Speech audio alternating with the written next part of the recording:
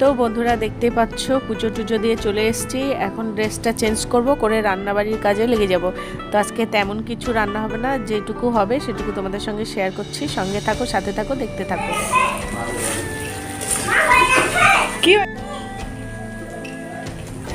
তো বন্ধুরা দেখতে পাচ্ছ এখানে মাছ ভাজা হয়ে গেছে, এদিকে মাংসের আলুটা ভেজেছি অনেকগুলো তেল, ওই জন্য তুলে রাখলাম। আলুটা ভেজেছিলাম অতগুলো তেলে। এই দেখো মাংসটা বেছে টেছে ধুয়ে টুয়ে এখন রাখা হলো। আর হচ্ছে এদিকে আমি মাছের ঝোলটা মশলা দিয়ে কষিয়ে নিলাম। তো দেখতে পেলে তোমরা মশলা দিয়ে মাছের ঝোলটা কষাচ্ছিলাম। আর এটাতে একটা শুধু আলু দিয়েছি, আমার বাবা আলু খেতে ভালোবাসে, তার জন্য মাছের ঝোলে আলু দিয়েছি। আর এই দেখো মাছের ঝোলটা ফাইনালি ফুটছে, মাছগুলো দিয়ে দিচ্ছি। তো চলো, মাছের ঝোল, মাংস আর পাঁপড় ভাজা ওদের জন্য দুপুরবেলা। আর আমার হচ্ছে আরও একটা হয়েছিল পটল পোস্ত, সেটা তোমাদের সঙ্গে শেয়ার করানো হয়নি, দেখানো হয়নি। পটল পোস্ত যেহেতু নিরামিষ হয়েছিল সেহেতু আমি পটল পোস্ত দিয়ে খেয়েছি। সবাই খেয়েছে, আমিও খেয়েছিলাম। আমি আলু সেদ্ধ, আতপের ভাত আর পটল পোস্ত দিয়ে খেয়েছি, কেননা আমাদের আমিষ খায় না ষষ্ঠীতে। আর এই দেখো বন্ধুরা ফাইনাল লুকটা তোমাদেরকে দেখিয়ে দিলাম। মাছের ঝোলটা কেমন হয়েছে অবশ্যই কমেন্ট করে জানিও। বোন এদিকে মাংস রান্না করছে। তো বোন ওখানে একটু হচ্ছে গরম মশলা বাটবে, আর আমি একটু এসে মাংসটা কষাবো। তো কেননা ও মশলাটা মানে মাংস যত কষানো হবে না, মাংসের টেস্ট তত ভালো হয়।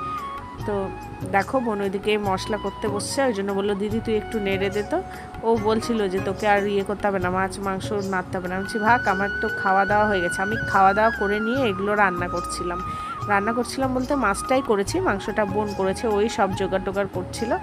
তো তারপরে বাবু আর আমার ছেলে খেতে বসবে, সেটা তোমাদেরকে একটুখানি শেয়ার করেছি। তো ষষ্ঠীর দিনটা বাবাকে নিয়ে বোনের বাড়িতে খুব আনন্দ করলাম, খুব ভালো লাগলো, ভীষণ ভালো লাগলো। যেহেতু আমার বোন ছোট, আমার ছোট, অথচ ওর দায়িত্ব কর্তব্যগুলো বড় দিদির মতো, যে কর্তব্যগুলো আমার করা উচিত সেগুলো আমি করতে পারি না, সেগুলো করে আমার বোন। মানে ওকে এক এক সময় ভাবি ওই আমার বোন না, ওই আমার দিদি, মা মা ভাব লাগে ওর মধ্যে। তো যাই হোক গে, চলো এরকম করে কথা বলে আর মুডটা নষ্ট করবো না। চলো, এই দেখো বোন এখানে গরম মশলা বাটছে, পরে গরম মশলাটা দেবে বলে। তো এই দেখো ফাইনাল মাংসটা কষিয়ে নিয়ে ঝোল দিয়ে দিয়েছি। বোন গরম মশলাটা দিয়ে দিল, গরম মশলা দিল, দিয়ে বাটি ধুয়ে একটু জলটা দিয়ে দিল। তো চলো, এদিকে মাংস হয়ে গেছে, মাছও হয়ে গেছে, সবার লাস্টে হবে ভাত, কেননা বাবুর বাবা আস্তে আস্তে 2টা 2:30টার দিকে আসবে। তো বাবাও খেতে খেতে সেই 1:30টা 2টো। তো বুনু বললো যে কেবল 12টা 12:30 বাজে, 1:30টা 2টোর দিকে ভাত বসালে ফট করে হয়ে যাবে। চলো আজকের মতো এই পর্যন্তই। আমার ভিডিওটাও আর বেশি বড় করিনি, কেননা সেই দিনের সঙ্গে জুড়ে দিলে অনেকটা বড় হতো।